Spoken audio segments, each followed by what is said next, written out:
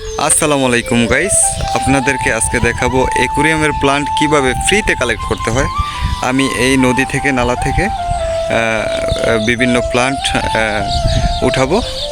হ্যাঁ, আপনারা সাথে থাকবেন, দেখবেন কিভাবে ফ্রিতে অ্যাকুরিয়ামের প্লান্ট কালেক্ট করতে হয়। তো বন্ধুরা, এই যে এখানে অনেক প্লান্ট আছে, দেখা যাচ্ছে প্রচুর প্রচুর প্রচুর পরিমাণ প্লান্ট আছে।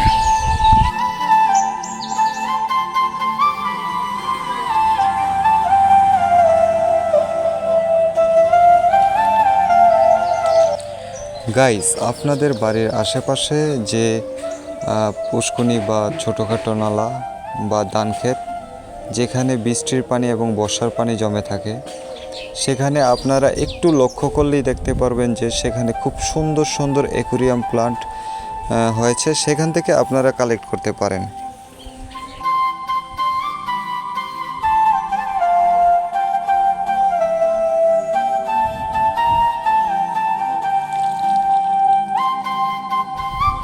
সো বন্ধুরা, এই যে দেখতে পাচ্ছেন খুব সুন্দর একটি প্লান্ট।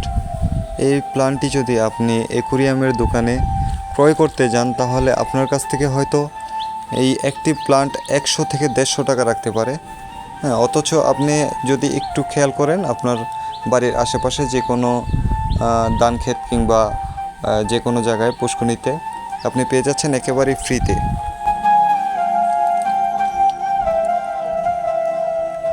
এখানে খুব সুন্দর সুন্দর প্লান্ট রয়েছে, দেখতে পাচ্ছেন খুব সুন্দর প্লান্ট। ওয়াও!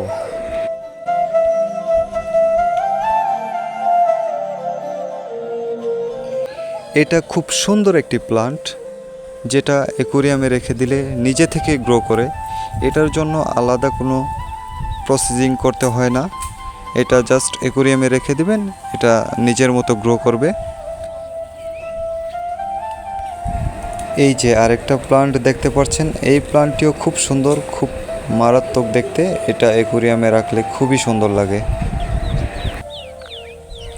এখানে অনেক অনেক প্লান্ট আছে, দেখতেই পাচ্ছেন খুব সুন্দর গ্রো করেছে এখানে।